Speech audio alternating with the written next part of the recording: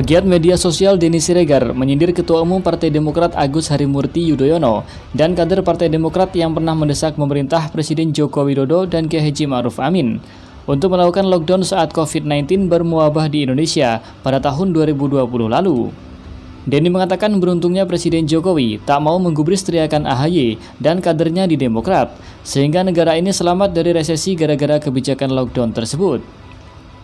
Saat ini, kata dia, Indonesia lolos dari resesi dan ancaman krisis ekonomi.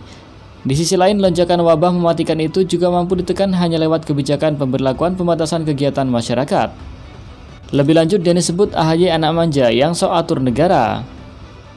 Denny Siregar juga menyindir anak AHY yang menulis surat dalam berbahasa Inggris kepada Presiden Jokowi untuk lockdown. Denny Siregar menulis sindiran itu sebagai respon kepada sebuah artikel yang memberitakan negara Filipina akan meniru Indonesia dalam penanganan pandemi.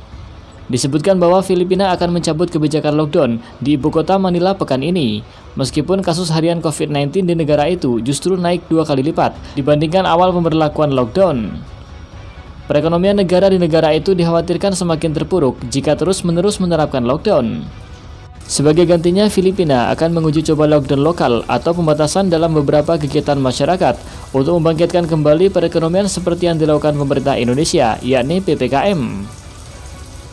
Sebelumnya, Partai Demokrat pernah mengeluarkan 6 rekomendasi untuk pemerintah dalam rangka perang melawan penyebaran virus corona.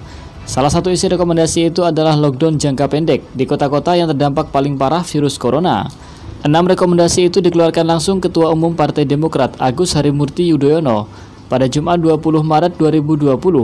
AHY menyebut virus corona menghantui keselamatan jiwa manusia dan berpotensi memporak-porandakan kehidupan bermasyarakat, berbangsa dan bernegara, khususnya fondasi sosial ekonomi negara.